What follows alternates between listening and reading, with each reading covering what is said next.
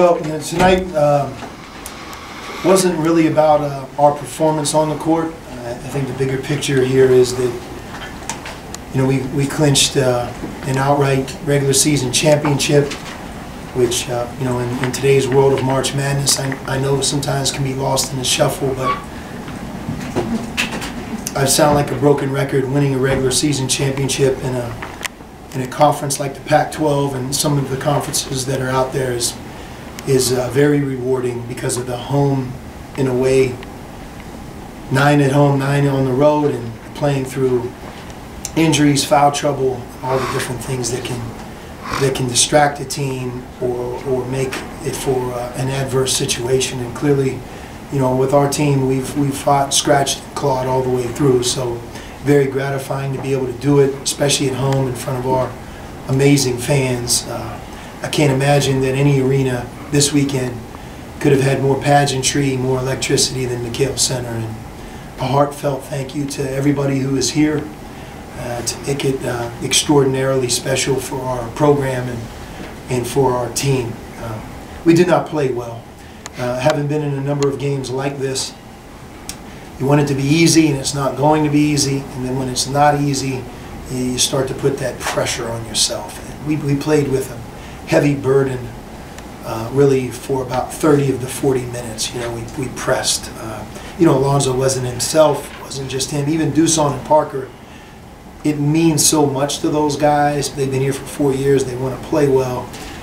It can sometimes work against them. But it was just simply tonight about being able to win the game and then close this chapter of our season and hopefully move forward with a lot of energy and able to play our best basketball. Sean, if you could pick a word, what word would you use to describe everything that's transpired last week?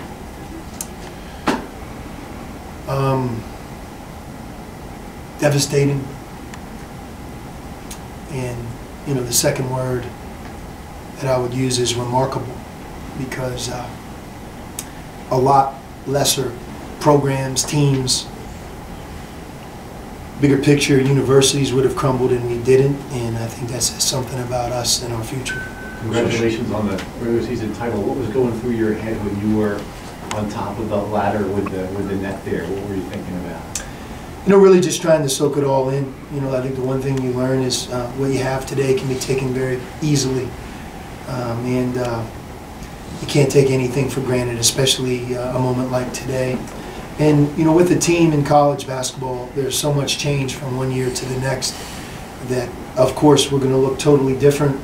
A lot of the players that you watched play tonight won't be here next year, and you really just try to soak it all in and enjoy it and try to make it last as long as you can. What was the reasoning behind, kind of touched on a little bit, behind announcing Raleigh and Alonzo and DeAndre? Is it just the fact that you guess that they're going to be gone? Yeah, they're not coming back.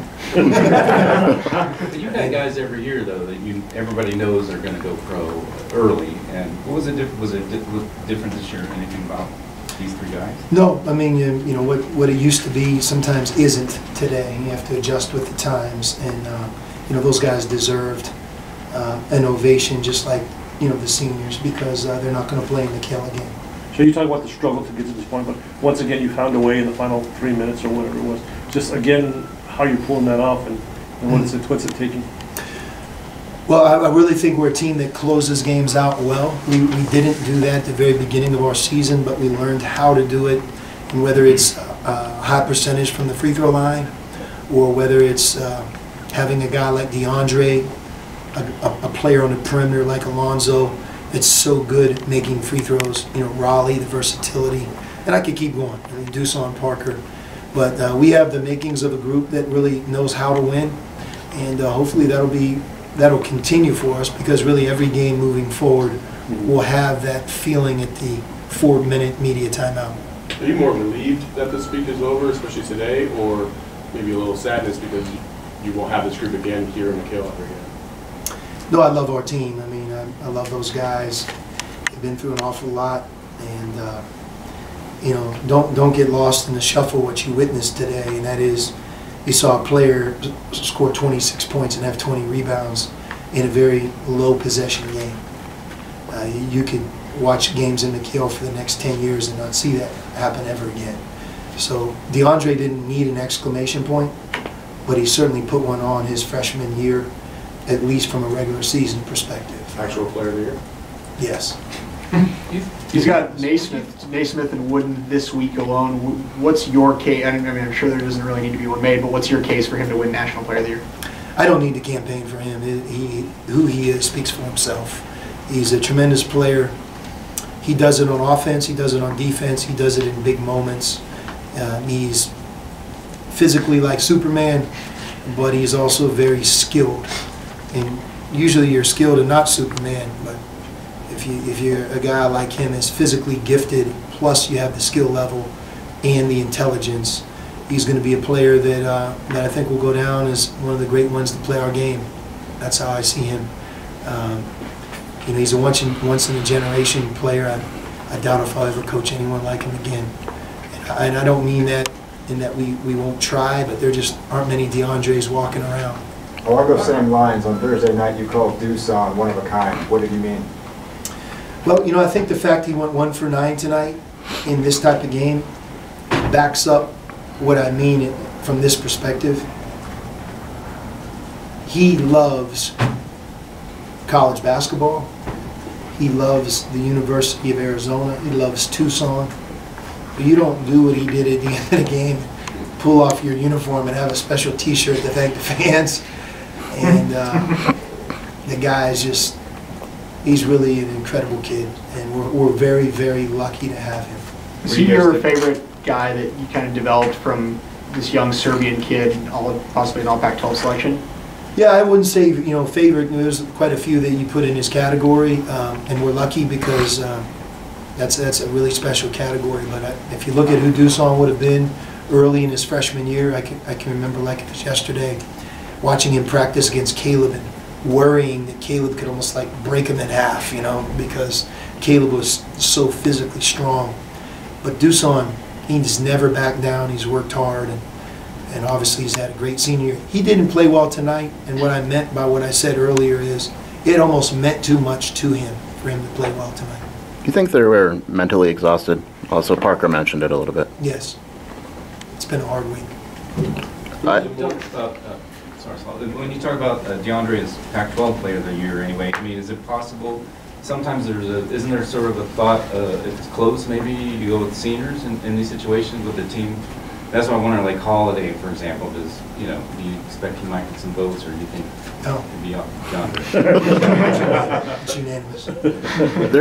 There's a couple of coaches that have said Altman and Hurley specifically, he's the best big that they've seen or coached against. Would you say that? I would agree with him. John, what was that moment like now that your son was a senior graduating for you and your family? Kind of a unique situation there. No, I mean, I'm proud of him. I love him to death. He stood on that wall every press conference for 4 years. And, being a manager, I can make the argument that it prepares you for life better than anything, because you're behind the scenes. You don't get a lot of credit, but you're incredibly important to the organization. And it's not just Austin. We have a great managerial program, and a lot of guys have left that program and gone on to do great things, and I feel like he'll be one of them. Because he's behind the scenes, how much do you mean to you specifically this week alone? Senior week is always emotional. It's always important, and no doubt it's maybe a little bit extra emotional or important because he's a senior. But I know he's going to leave here and go on and do great things. Do you like conference tournaments, or if you had your way, would you have a week off and? No, I like conference tournaments. I think it really, if you approach it right, it prepares you for the NCAA tournament. If you lose, it's a loss that feels completely different because it's the first time that you have that feeling of we don't have a game tomorrow, and the reason is because you lost. If you win, I think you build confidence, and you get toughened through elimination basketball, and I think you're more ready for what's to come.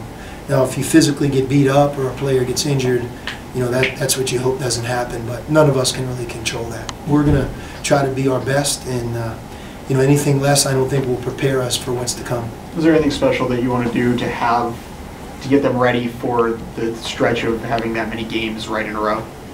No, we have to be smart. It's been a heck of a week. It's been a long season. We have to balance, rest, mental, physical, with, a couple really good practices, so we're ready to go. I think we will play the winner of Arizona State, Colorado. Both teams are very good, so we'll have to be ready. You expect to have Ira back then? I mean, you said Yeah. you expected to, but he didn't quite make it, or what happened? How is he doing?